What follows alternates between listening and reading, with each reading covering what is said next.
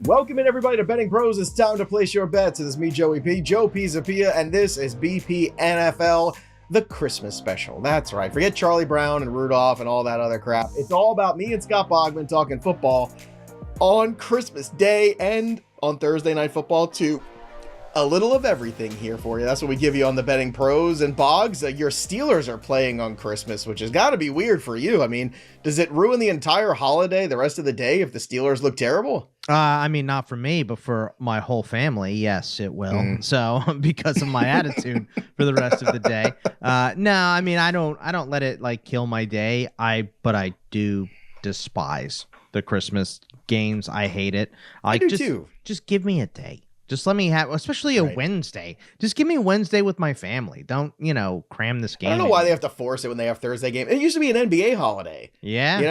It was always an NBA on Christmas Day. Now it's like, now we got to have 12 NFL games. Well, for the first time in my life, Joe, I had the Steelers and Longhorns playing at the same time. And if you're new here, my dad's whole side of the family is from Pittsburgh. I was born in Texas. So I have weird allegiances here. But the Longhorns, you got one win there. Yeah, the Longhorns and Steelers played at the same time. And then the D-backs traded for Josh Naylor in the middle of that. And I lived in Arizona for a long time.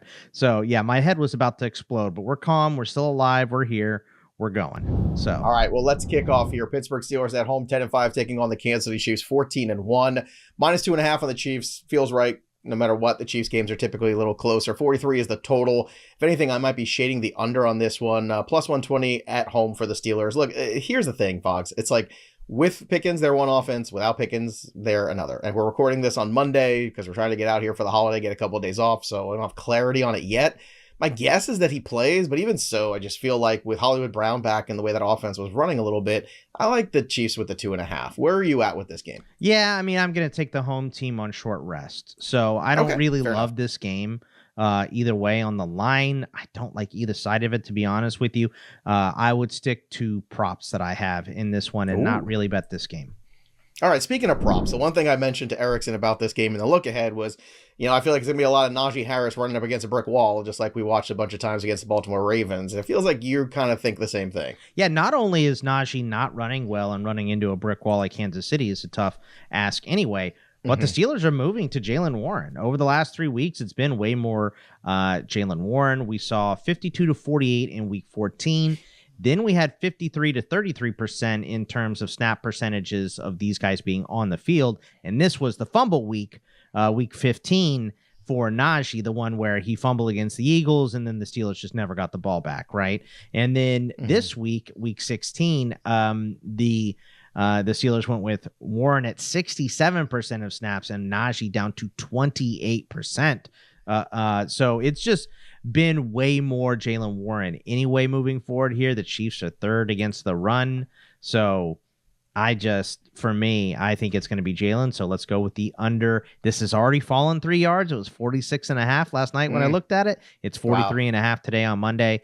So I expect this to slide a little bit. So if you like this number and you want to fade Najee, I would say get on it pretty early here. All right. Xavier Worthy had a good showing last weekend. So can he do it for a second week in a row? Yeah, you know what? We're doing 3 picks per game here. 2 of mine are going to be on Xavier Worthy here. And we're going to go with the over 46.5 receiving yards and over 4.5 receptions. The receiving yards prop I saw on FanDuel is -114. It's plus 122 for the over on the receptions if you like that more. But 3 weeks in a row, snap percentage has been over 80%, and no other Kansas City wide receiver has been over 56% in terms of snap percentage in that time. He's had 11 targets 2 weeks in a row here. The Steelers are having issues in the secondary right now. Joey Porter Jr. banged up. Dante Jackson didn't play last week. Deshaun Elliott also missed last week. So there's just a lot of problems with the Steelers secondary. Worthy is the guy that's on the field more than any other wideout, so I like him to go over both these.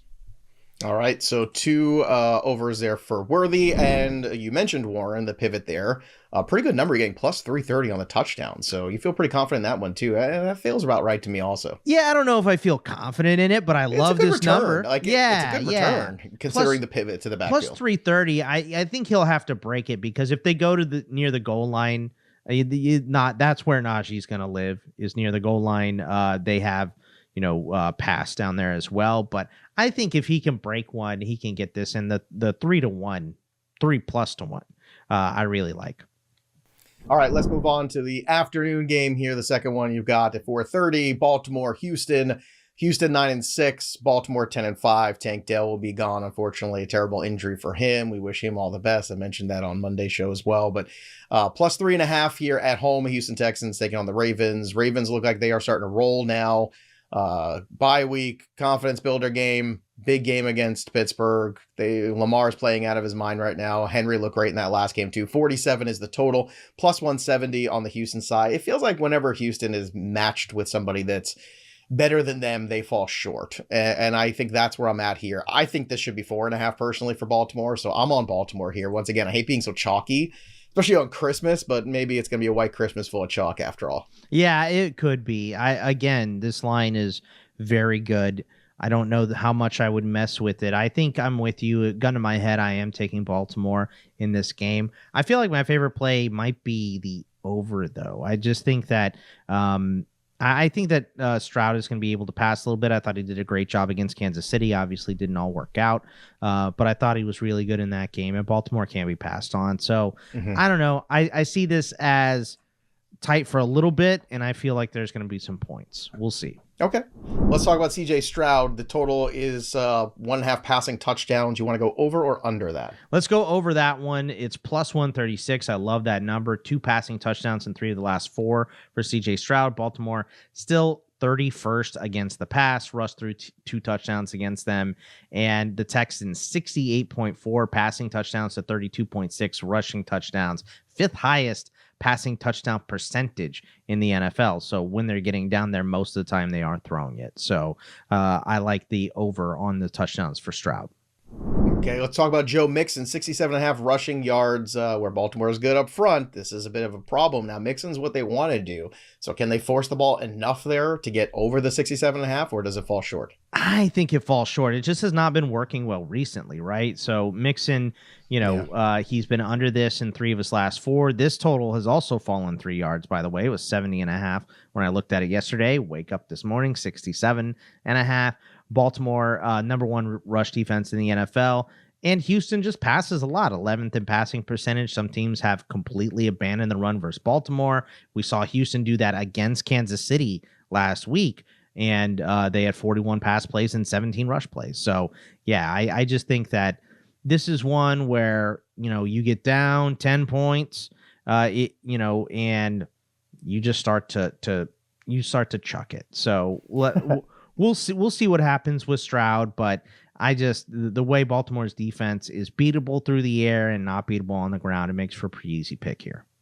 And speaking of chucking the ball down the field, Tank Dell's not going to be there. Stephon Diggs is not going to be there. So that leaves pretty much one guy, Nico Collins, 6.5 receptions. So this has to be an over, right? Yeah, I mean, Dell's down. Baltimore's favored. They abandoned the run against Kansas City. Houston did. And he's had 27 targets in his last 3 games, and he's gone over 6.5. He has had an 8, 4, and a 7 in that stretch. So, yeah, I mean, I think they're going to do everything they can to stop Nico, but you just can't stop Nico. I mean, some of these catches and him and Stroud seem to have kind of a sixth sense working right now. So with more targets, it looks like with Dell down, I think this one is, if he has 4 in the first half, I think you're cruising.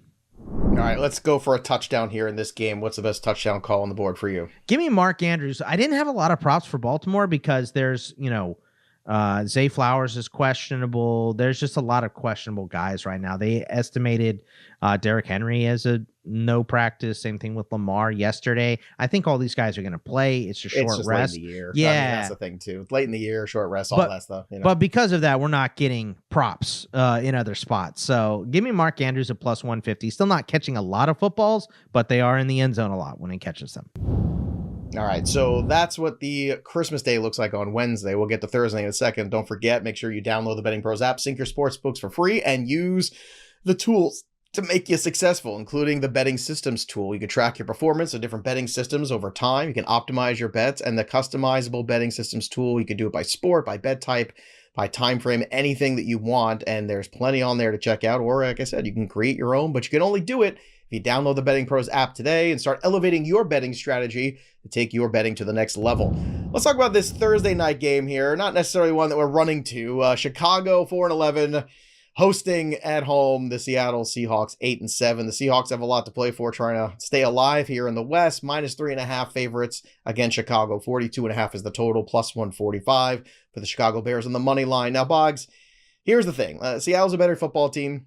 It is, again, short week for everybody here. Chicago feels like a team in disarray and just kind of falling apart at the seams.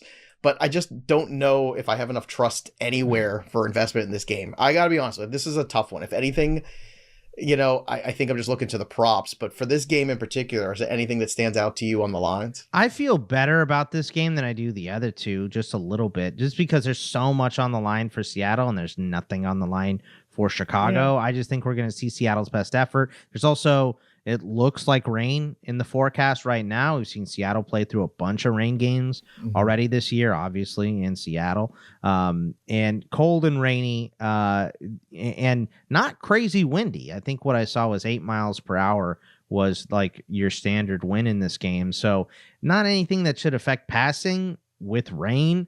Usually the defense is the one that, is not great because of the rain. It's not, I know people talk about the ball slipping and sure, maybe turnovers happen a little bit more in the rain, but you have DBs running backwards on a slick turf. That's not good, especially against JSN and DK Metcalf. So I like the over more than anything. Yeah, that would be my lean too if I had one. Yeah, the over on this one. All right, let's get to some of these individuals here. Let's talk about Caleb Williams, 215.5 passing yards at -114.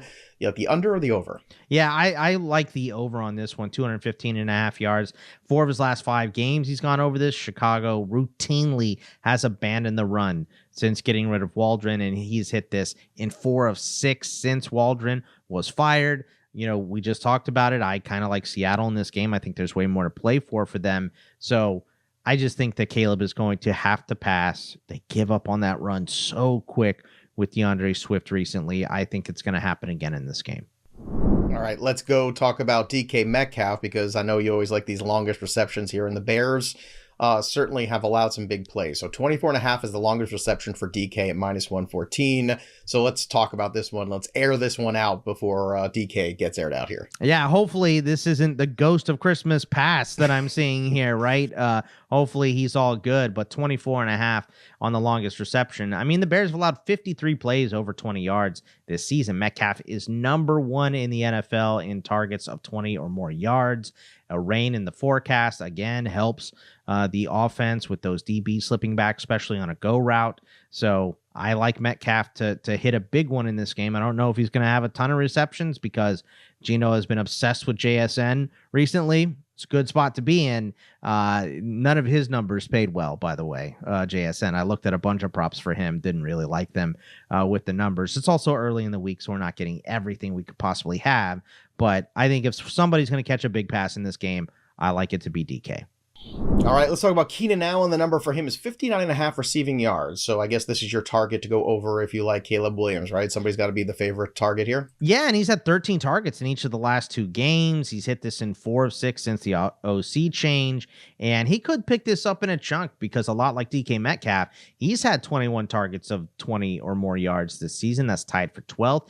He had 25-yard receptions in 4 of his last 6 games, and we just saw what Justin Jefferson did to Seattle's defense, right? I mean, he's not Justin Jefferson, nobody is, but that is a leaky secondary right now in Seattle. So I think Keenan should see a decent amount of targets in this game. All right, touchdown call time for Thursday Night Football. What do you have for everybody? Roma Dunze, and it's because I like the number. It's plus 270. I do think the over is here. They've been designing a lot of plays for Rome in the red zone, in short yardage. I think that's kind of where he lives. He did drop one a couple weeks ago, which made me pretty mad at him. It was right after I went out on a limb for him and defended him in a dynasty conversation with the Welsh. So I'm a little mad at him, but he can make it up for me by winning me some money and getting in the end zone this weekend. That's what we want. Or this Thursday, I guess I should say.